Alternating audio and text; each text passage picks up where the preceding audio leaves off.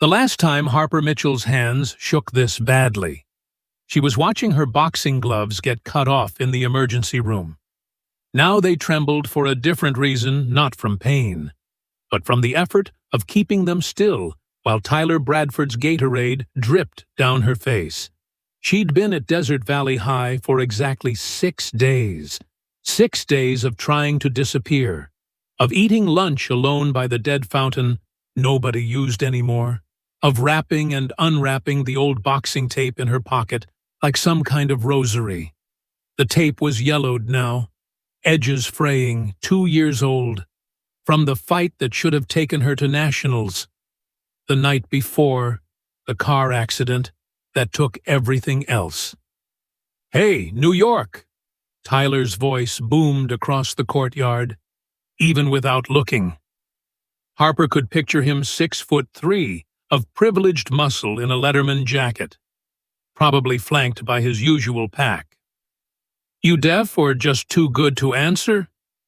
Harper kept her eyes on her sandwich, counted her breathing like her old coach taught her. In for 4. Hold for 4.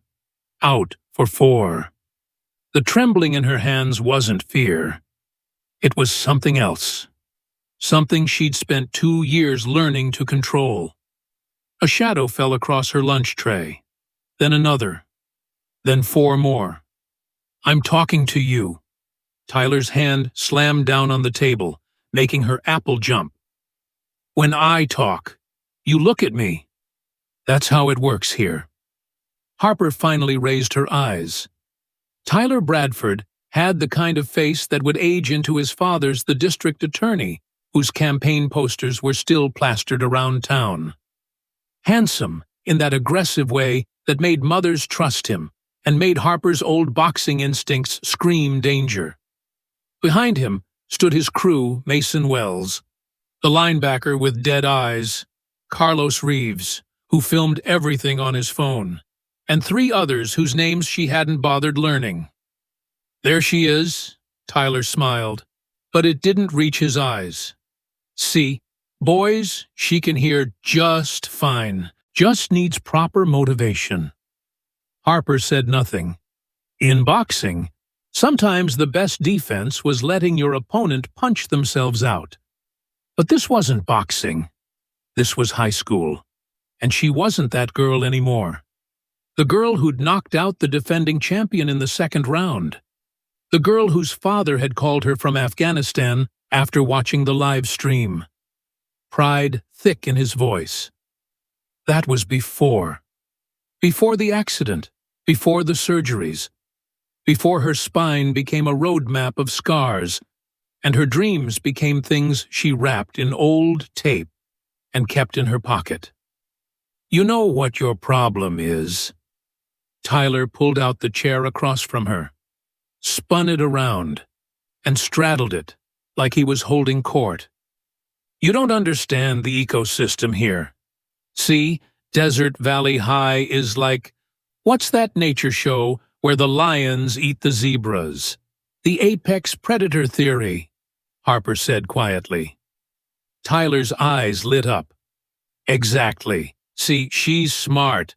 Boys. And in this ecosystem, he gestured to his crew, "we're the lions. And you're looking pretty striped to me." Carlos laughed. An ugly sound. Mason cracked his knuckles. The other 3 shifted like hyenas waiting for scraps. Harper's hand found the tape in her pocket, smooth from years of handling. Her father had wrapped her hands with this same tape the day he deployed for the last time. "You're gonna be champion, baby girl," he'd said. "But more important than that, you're gonna know how to protect what matters." Nothing to say. Tyler leaned closer.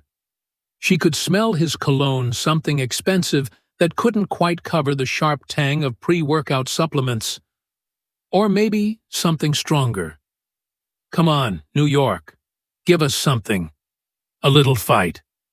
That's when Harper noticed it, the 2nd phone in Tyler's jacket pocket. Not his regular iPhone with the designer case, but a cheaper Android, the kind drug dealers used in bad movies. The screen was tilted just enough for her to see numbers scrolling. Odds, point spreads.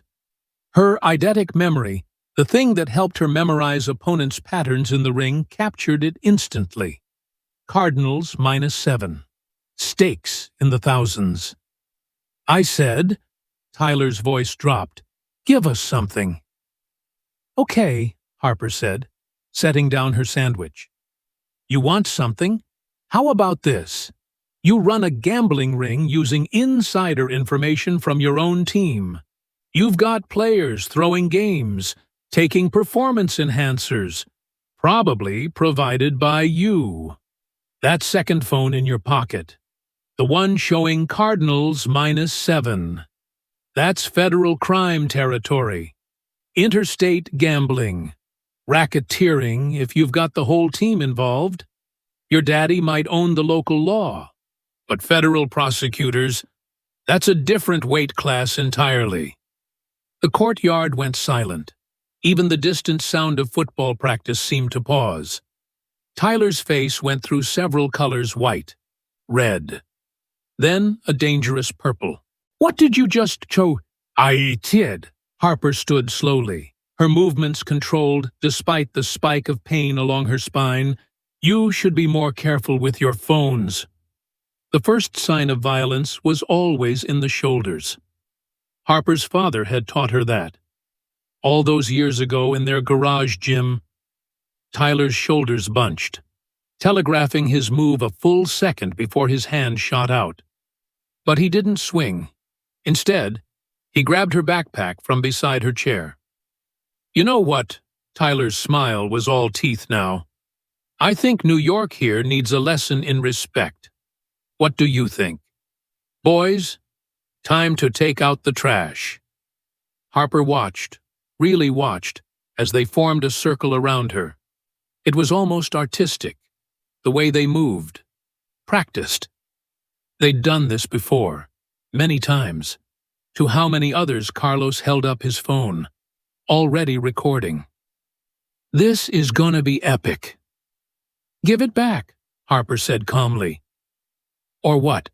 Tyler held her backpack by one strap, swinging it like a pendulum. You gonna cry, call mommy? Oh, wait! His grin widened.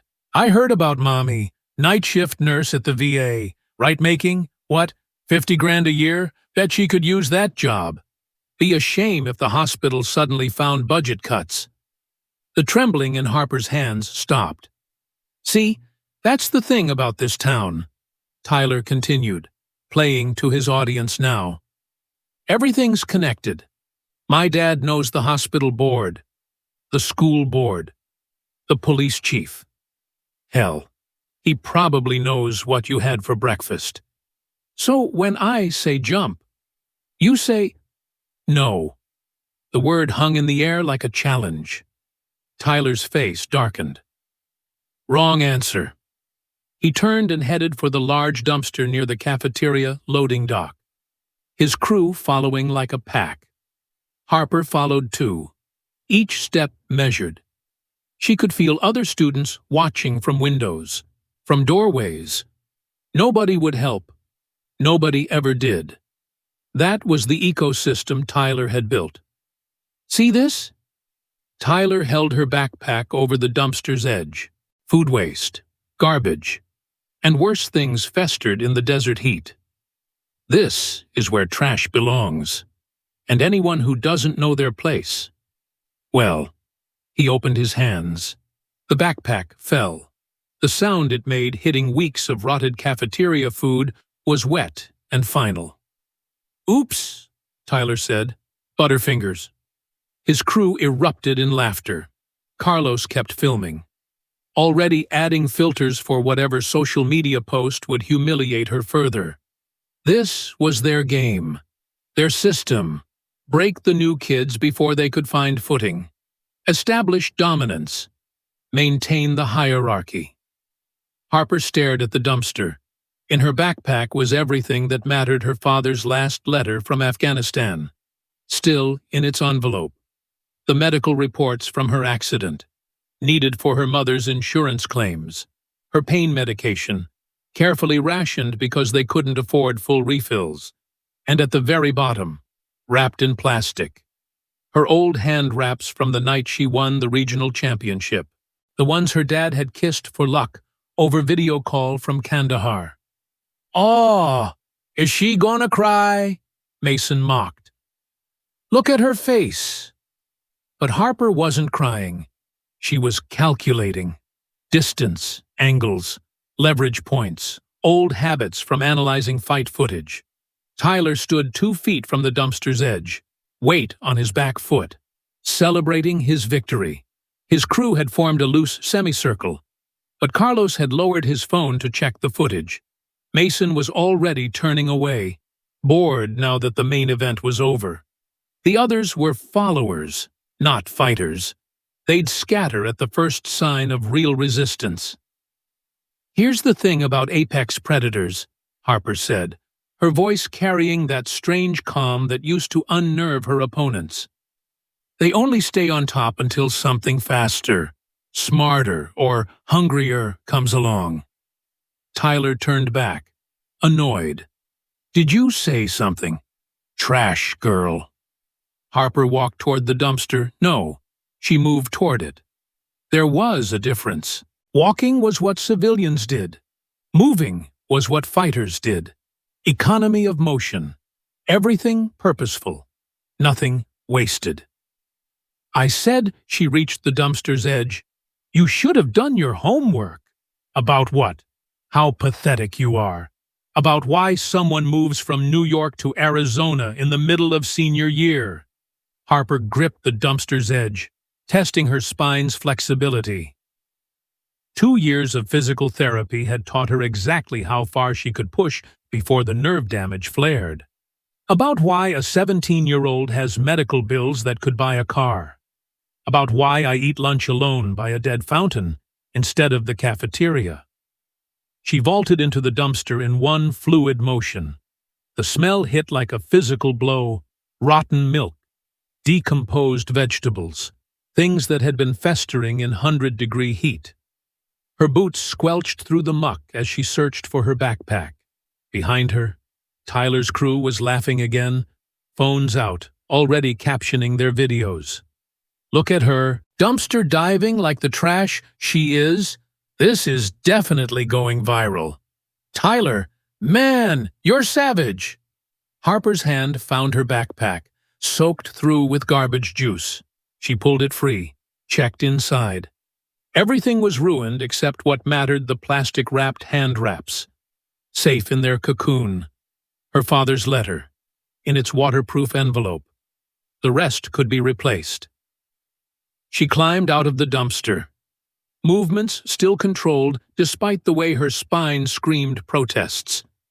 Garbage dripped from her clothes, her hair. The smell would take days to wash out. But her hands were steady now. Completely steady. Holy shit. She actually went in. Carlos zoomed his camera on her face. "This is perfect." "Hey, trash girl, say something for the camera. How does it feel to know your place?" Harper looked directly into the lens, then at Tyler, then at each of his crew in turn. "You want to know how it feels." She pulled the old boxing tape from her pocket, still somehow clean, started wrapping her right hand with the same methodical precision her father had taught her. Over the knuckles, between the fingers, around the wrist. It feels like the moment before the bell rings, when you're standing across from someone who thinks they've already won, someone who did all their talking before the fight even started. Tyler stepped forward. "Are you threatening me, boys? Did you hear that she's threatening me? Carlos, tell me you got that." "Every word, bro. Good." Tyler pulled out his regular phone. "Because I think Principal Morrison needs to hear about the new girl's violent tendencies, mental instability, probably PTSD from whatever made her leave New York. Could be dangerous to other students." Harper finished wrapping her right hand, started on the left. The familiar ritual centered her, even as garbage water dripped down her neck. "That's the playbook." "Right," she said. "Break them down. Film the reaction. Then play victim when they fight back." "How many others?" "Tyler, how many kids have you pushed until they snapped, then got them expelled when they did?" "I don't know what you're talking about." But his smirk said otherwise. "I'm just a concerned student trying to maintain a safe environment." "Right, boys." The murmur of agreement from his crew sounded rehearsed. "Jake Morrison," Harper said quietly. The name hit like a thunderclap. Tyler's smirk vanished. Mason actually stepped back. Carlos lowered his phone. "What did you say, Jake Morrison? Your former best friend. Star quarterback until his throwing hand got mysteriously broken. 3 surgeries later, he's equipment manager instead of team captain. Funny how that happened, right after he questioned why certain games had weird scores. You don't know. Then there's Maria Santos, straight A student until photos from a team party ended up online. She transferred schools, but the damage was done. Ashley Chen, Marcus's sister. David Williams, who had a car accident the night before he was supposed to testify about hazing. Should I continue? Tyler's face had gone past purple to a shade Harper had only seen in fighters about to lose control. You've been here 6 days. 6 days. You don't know anything about eidetic memory. Harper tapped her temple with a wrapped hand. Useful in boxing, more useful in real life. I remember everything I see, everything I hear, like that second phone of yours showing point spreads, like the conversation you had with Mason yesterday about collection problems, like the pills you gave number 37 behind the gym. She's lying, Tyler said, but his voice had changed. The confidence was cracking. She's making things up. Carlos, shut that camera off. I thought you wanted everything recorded. Harper pulled her ruined backpack over one shoulder. The weight of it waterlogged. Garbage-soaked sent fresh pain down her spine. But pain was an old friend now. For Principal Morrison, for your father, my father. Tyler stopped himself. Your father, the district attorney, the one who makes problems disappear. The one who ensures his son's record stays clean no matter what. Must be nice. That safety net. That guarantee that consequences are for other people. She turned to walk away. Tyler grabbed her shoulder. We're not done here. In 2 years, Harper had been grabbed exactly twice. Once by a nurse trying to hold her down during a panic attack. Once by her mother, pulling her back from traffic when a car backfired, and Harper thought she was back in the accident. This was the 3rd time. The thing about muscle memory is that it doesn't forget. 2 years of recovery couldn't erase 16 years of training. Harper's body moved before her mind could stop it. She pivoted, using Tyler's grip as a fulcrum. Her wrapped hand came up in a perfect defensive position, not striking, just redirecting. Tyler's own momentum carried him forward, past her, toward the dumpster he'd just made her climb into. He caught himself on the edge, barely.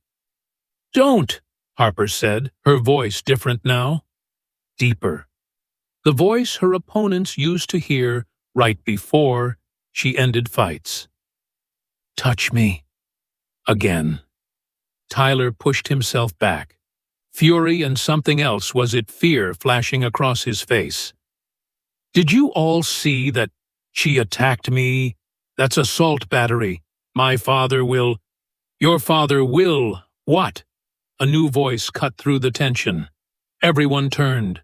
Jake Morrison stood at the edge of the courtyard, leaning heavily on a cane. His right hand, the one that used to throw perfect spirals, was a mess of surgical scars. Jake, Tyler's voice went flat. This doesn't concern you." "No," Jake limped closer. Harper could see it now. The damage went beyond his hand. Leg injuries, too, hidden under his jeans. Funny thing about ecosystems, Tyler. Sometimes the prey evolves. Sometimes they find each other. Sometimes they realize the lions aren't as strong as they pretend to be. He looked at Harper, covered in garbage but standing straight. "You're the new girl, Harper." "Right. The one asking questions about game scores and emergency room visits." Harper nodded. "Good." Jake reached into his jacket awkwardly, with his left hand, and pulled out a battered notebook. "Then you'll want to see this. 2 years of documentation. Names, dates, amounts. Everything Tyler thought was secret." He smiled, and it was sharp as broken glass. "Did you really think I spent all that time as equipment manager just to wash your jockstraps?" Tyler lunged for the notebook. Jake, despite his injuries, pulled it back, but the sudden movement made him stumble, his bad leg giving out. He went down hard, notebook skittering across the concrete toward Harper. She picked it up. "Give that back." Tyler's voice had gone deadly quiet. "Now." Harper opened the notebook. Her eidetic memory captured pages, instantly columns of numbers, game dates, player names, dollar amounts, a whole network mapped out in Jake's careful handwriting. "Federal crime," she said softly. "Just like I thought. Interstate gambling, racketeering, conspiracy. This goes way beyond high school bullying." "You don't understand." Tyler stepped toward her. Behind him, his crew was fracturing. Mason backing away. Carlos pocketing his phone. The others looking for exits. "This isn't some after-school special where the good guys win. This is real life. My father owns this town. The judges, the cops, everyone. You think some notebook changes that?" "No." Harper helped Jake to his feet, her garbage-soaked clothes squelching with the movement. "But a federal prosecutor might feel different." Tyler laughed, ugly and sharp. "You're 17, covered in trash. You think anyone's going to listen to you over a district attorney? Maybe not." Harper smiled for the first time since arriving at Desert Valley High. It wasn't a nice smile. It was the smile she used to wear in the ring, right before she showed opponents why they'd made a mistake. But they might listen to her. She pointed behind Tyler. Carmen Rodriguez stood at the courtyard entrance, sharp as a blade in her business suit. The former FBI prosecutor who'd made a career of taking down corrupt officials. The woman who'd been quietly building a case against the Bradford family for 2 years. "Hello, Tyler," Carmen said. "I believe you know my client, Jake Morrison. We've been waiting for someone brave enough to corroborate his story. Someone with nothing to lose." She looked at Harper, took in the garbage, the wrapped hands, the steady gaze. Someone like her. Tyler's phone rang, his real phone. He looked at the screen and went white. "That would be your father," Carmen said conversationally, "probably calling to tell you that FBI agents just executed a search warrant at your house. Both your phones will be evidence. By the way, oh, and Tyler, that camera footage Carlos has been shooting, the one showing you assaulting a minor, destroying her property, and making terroristic threats. My investigator has been recording from the music room window. Different angle, shows everything." The phone kept ringing. Tyler didn't answer. "Run," Jake said quietly. "That's what you're thinking. Right, run. Like you made me want to run. Like you made Maria run. Like you made all of us run." He leaned on his cane, but his eyes were fierce. But here's the thing about running. Tyler, eventually, you hit a wall. And behind that wall, there's always someone who didn't run. Someone who stood their ground and waited. Harper handed the notebook to Carmen, then looked at Tyler one last time. He seemed smaller now, shrinking inside his Letterman jacket. His crew had dispersed, leaving him alone by the dumpster he'd used to humiliate so many others. "You were wrong about the ecosystem," she said. "It's not about apex predators, it's about balance. And you've been unbalanced for so long, you forgot what solid ground feels like." She turned to Jake. "Know anywhere I can clean up, I've got garbage in places I didn't know existed." Jake actually laughed. "Yeah, the old gym on 5th Street.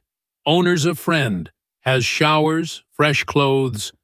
Used to train boxers before the town forgot what fighting clean looked like." "Boxers?" Harper raised an eyebrow. "Harper Mitchell." Jake grinned. "Former USA boxing youth champion. 3rd ranked nationally before your accident." "Yeah, I did my homework too. Recognized your name when you enrolled. That's why I was watching today. Figured if anyone could take a hit and keep standing, it'd be you." They walked away together, the broken quarterback and the garbage-covered boxer. Behind them, Tyler's phone finally stopped ringing. In the distance, sirens wailed. Carmen Rodriguez made a call of her own. "Yes, Judge Martinez. The Mitchell situation just escalated exactly as we discussed. We're moving to phase 2. "Yes, she's everything," Jake said. "Maybe more." The desert sun beat down on Desert Valley High, but something had shifted in the ecosystem. The prey had evolved. The hunters had become the hunted. And Harper Mitchell, covered in garbage but unbroken, had just thrown her first real punch in 2 years. She hadn't even needed to make a fist. But tomorrow might be different. Because Tyler Bradford was still out there. And wounded predators were the most dangerous kind. The garbage smell followed her across the courtyard. But Harper didn't care. In her pocket, the old boxing tape was still clean, still waiting. Sometimes it was knowing when to stand your ground. And sometimes it was knowing that the real knockout blow came from the truth, not from your fists. Part 2. The old gym on 5th Street smelled like leather and sweat and ghosts. Harper stood under the shower, watching garbage water swirl down the drain in shades of brown and gray. Her spine was screaming. The impact from vaulting into the dumpster had awakened every old injury. But pain was just information. Her father had taught her that. "These clothes are probably Jake's sister's," a voice called through the door. "She left them here years ago." Harper turned off the water, dried herself carefully around the surgical scars. The clothes, jeans, and a faded t-shirt fit well enough. When she emerged, Jake was sitting on a weight bench, his bad leg stretched out, studying his notebook. "You know he's not done," Jake said without looking up. "Tyler doesn't lose, ever. His father made sure he never learned how." "I know." Harper sat beside him, began unwrapping the tape from her hands. "That's why we need to move fast. How many others will testify?" "Testify?" Jake laughed bitterly. "You don't get it yet. Maria Santos. Her family moved to California. David Williams. He's in a wheelchair. Says he doesn't remember the accident. Ashley Chen won't even talk to her brother about what happened. Fear doesn't just disappear because the FBI shows up." Harper studied the notebook, her memory cataloging every detail. "What about the money trail? These amounts go through an app Marcus Chen built. He thought he was making a fantasy football platform. Tyler corrupted it, turned it into a gambling operation. Marcus is terrified he'll be charged as an accomplice. He won't be if he cooperates. You really believe that? Jake's scarred hand clenched. You've been here a week. I've been fighting this for 2 years. Every time someone speaks up, something happens. Accidents, family problems, scholarships mysteriously revoked. The Bradford family doesn't just own the law here, they own the fear. Harper's phone buzzed. Unknown number. She almost didn't answer, then remembered her mother was working a double shift at the VA. Hello? Miss Mitchell? The voice was professional, cold. This is William Bradford, District Attorney. I believe there's been a misunderstanding involving my son. Harper hit speaker so Jake could hear. No misunderstanding. Mr. Bradford, your son assaulted me and destroyed my property. Multiple witnesses. Witnesses can be unreliable. Memory is fallible. What seems clear in the moment often becomes cloudy upon reflection. A pause. I understand your mother works at the VA hospital. Admirable profession. Challenging, especially for a single parent with a disabled daughter. Are you threatening me? Threatening, no.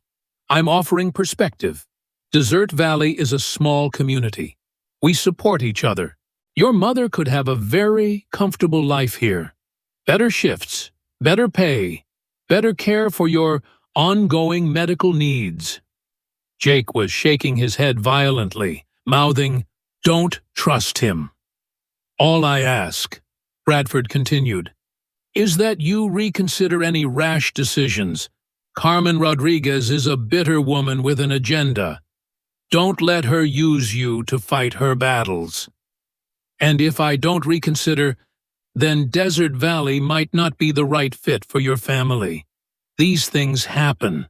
Bureaucratic complications, insurance issues, unfortunate delays in treatment authorization. I'd hate to see your mother's career suffer because of a teenage misunderstanding. The line went dead. Now you see, Jake said quietly. That's the real Tyler. He learned from the master. Harper rewrapped her hands slowly, thinking. Then we hit them where they can't reach. The federal level. Carmen said she's been building a case for 2 years. And what does she have? My word against theirs. A few documents that could be explained away. She needs something explosive. Undeniable. Jake slammed his notebook shut. I kept thinking if I just documented enough, gathered enough proof, but proof doesn't matter if the system protects them. Then we make them convict themselves. Harper stood, testing her balance. The pain was manageable. When's the next game? Friday, big one, against Nevada. Word is, there's serious money on it. Tyler's been guaranteeing outcomes. Then that's when we move. But first, I need to talk to Marcus Chen. Tuesday morning, Harper walked into school like nothing had happened. The hallways parted for her not from respect, but from disgust. Videos of her dumpster diving had gone viral overnight. #TrashGirl was trending locally. Tyler stood by her locker. Fresh Letterman jacket, fresh smirk. His crew had reformed around him like nothing had happened. Heard the FBI visited your house, Harper said casually, working her combination. Heard your mom's quiff. Your mom's shift got changed to nights permanently, Tyler countered. Tough break. Those VA benefits don't cover private treatment. Do they? Harper's hand stilled on the lock. Her mother hadn't mentioned the shift change. See, that's the thing about power. Tyler leaned closer. It's not about the big moves. It's about the little ones. A schedule change here. A delayed insurance approval there. Death by 1,000 cuts. Must be exhausting, Harper said. Keeping track of all those cuts? making sure nobody heals, always watching your back. I don't watch my back. I own what's in front of me. He smiled. By the way, stairs can be slippery, especially for someone with balance issues. The warning was clear. Harper opened her locker, found it filled with garbage, a mirror of yesterday's humiliation. The smell hit her like a wall. "Oops," Tyler said. "Janitor must have made a mistake." Harper closed the locker without reacting. "See you in calc." But she didn't make it to calculus. It happened between third and fourth period. The stairwell was crowded, students rushing to class. Harper was carrying her books. She'd learned not to trust lockers. Someone bumped her from behind. Then another bump. Harder. Her compromised spine couldn't adjust fast enough. She didn't fall, she was pushed. Hard hands on her back, precise pressure on her old injury sites. Military precision.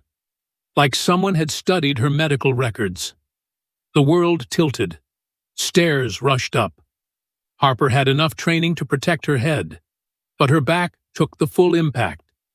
7 steps, each one a symphony of pain along her surgical scars.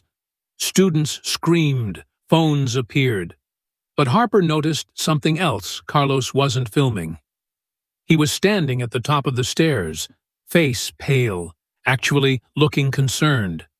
"Oh my God, she just collapsed," Tyler's voice, loud and performative. "Someone called the nurse. I think she's having a seizure." Harper lay still, cataloging damage. Nothing broken, everything bruised. But more importantly, she'd been right. This was orchestrated, planned. "Don't move her." Tyler was beside her now, playing concerned student. His hand on her shoulder looked supportive. The pressure he applied to her nerve damage was anything but. She mentioned PTSD, probably a flashback. "I saw," a freshman girl started. "I saw someone push." "You saw her stumble," Mason corrected firmly. "Right." The girl fell silent, but Carlos was still staring, and in his hand. His phone was recording, not openly, secretly, aimed at Tyler. The nurse's office smelled like antiseptic and disappointment. Harper lay on the narrow bed, ice packs on her spine, listening to Principal Morrison, no relation to Jake, explain why she should consider transferring. "For your own safety," he said. "Desert Valley might be too stressful for someone with your medical history." "Someone pushed me. Several witnesses say you stumbled." "Several witnesses are lying," Morrison sighed. "Miss Mitchell, I know adjusting to a new school is difficult, but making accusations against popular students won't help you fit in." "I don't want to fit in. I want to survive until graduation." "Then, perhaps," Morrison pulled out a brochure. "Our online program might be more suitable. You could finish from home. Less challenging." Harper sat up despite the pain. "I'm not leaving. That's admirable. But no, it's necessary." She looked him dead in the eyes. "Because the moment I leave, Tyler wins, and everyone else he targets loses. Maria Santos, David Williams, Ashley Chen, Jake Morrison, how many more?" "Principal Morrison, how many kids have you counseled to consider their options rather than face the real problem?" Morrison's face flushed. "That's inappropriate." "What's inappropriate is a principal more concerned with football championships than student safety." Here Harper stood, wobbling slightly but holding firm. "I'm going into class, and I'll be at school tomorrow, and the day after. Every day until graduation, or until Tyler Bradford is gone. Your choice, which comes first." She walked out, each step agony, but her head high. In the hallway, Marcus Chen was waiting. "I saw," he whispered. "Carlos. He's been recording Tyler secretly. Insurance, he calls it. He's scared too." Marcus pulled out a flash drive. The gambling app. Full code, full transaction history. Everything Tyler made me build. Why now? Because my sister finally told me what Tyler did to her, and because... Marcus's voice broke. Because I built the platform that's hurting people. I'm not just a victim. I'm complicit. Harper took the drive. Carmen Rodriguez can protect you. Can she? Can anyone? Marcus looked down the hall where Tyler held court. He owns this place. Not for long. Friday arrived like a storm. Game day. Desert Valley versus Nevada. The stands were packed. The energy electric. Harper sat with Jake and Carmen Rodriguez in a section with clear sight lines to the field and the coaching booth. Federal agents are in position, Carmen said quietly. We just need the transaction to cross state lines. On the field, Tyler led warm-ups. He looked invincible in his pads and jersey. Captain, star, untouchable. There, Jake pointed to the stands. Tyler's runner, watch. A man in a Nevada jersey was moving through the crowd, collecting envelopes, cash only, old school. But the amounts were staggering. Harper's trained eye caught bills in denominations that didn't belong at a high school game. How do we prove Tyler's connected? We don't. Carmen smiled. He's going to prove it himself. The game started. Desert Valley dominated early, Tyler making impossible runs. But Harper noticed the pattern he was playing too well, drawing attention, making himself the star. He's showing off for the bettors, Jake muttered, proving he controls the outcome. Halftime. Desert Valley, up by 14. The Nevada runner was on his phone, panic in his eyes. The spread was supposed to be 7. That's when Tyler made his mistake. He jogged over to the Nevada section, still in his gear, spoke to the runner. Quick. Casual. But Harper saw the phone exchange hands. Tyler's burner. Passed over for confirmation. Got it. Carmen spoke into her phone. Cross-state communication to manipulate betting outcomes. Move in. But Tyler was already jogging back. The phone returned. He'd been too smooth, too practiced. We need more. Carmen frowned. That's not enough for the locals to ignore. Harper stood. Then let's get more. She walked down to the field level, Jake limping behind her. Tyler saw them coming, his face darkening behind his helmet. You've got balls showing up here, he said. I've got something better. Harper replied, I've got Carlos's videos, all of them, including Tuesday's stairwell incident. Tyler went still. Yeah, Harper continued. Your boy's been protecting himself, recording everything. Turns out, when you rule through fear, nobody's really loyal.